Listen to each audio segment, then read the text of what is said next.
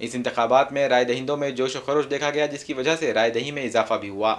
پارلیمانی انتخابات میں حصہ لینے کے لیے اس بار لوگوں میں کافی جوش و خروش کا ماحول دیکھا گیا۔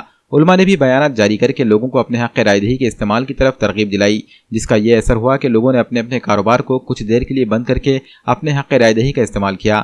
خاص طور پر وہ نوجوان جن کو پہلی مرتبہ ووٹ دینے کا موقع ملا، ان میں کافی دلچسپی اور جوش دیکھا گیا۔ مرد و خواتین کو یکساں طور پر اس میں حصہ لیتے دیکھا گیا۔ ایک ایک ووٹ کی اہمیت کو پہچانتے ہوئے معذور، بیمار اور ضعیفوں نے بھی مشکلات برداشت کرتے ہوئے اپنے حق رائے دہی کا استعمال کیا۔ لوگوں کی سہولت کے لیے اور گرمی کی شدت کو دیکھتے ہوئے تمام پولنگ سینٹروں پر پینے کے ٹھنڈے پانی کا بھی نظم کیا گیا۔ اسی طرح فہرست رائے دہی میں نام تلاش کرنے میں مدد کرنے کی غرض سے مختلف سیاسی جماعتوں کے نمائندوں نے پولنگ سینٹر کے مقام پر رہنمائی کے لیے کاؤنٹر بھی لگائے۔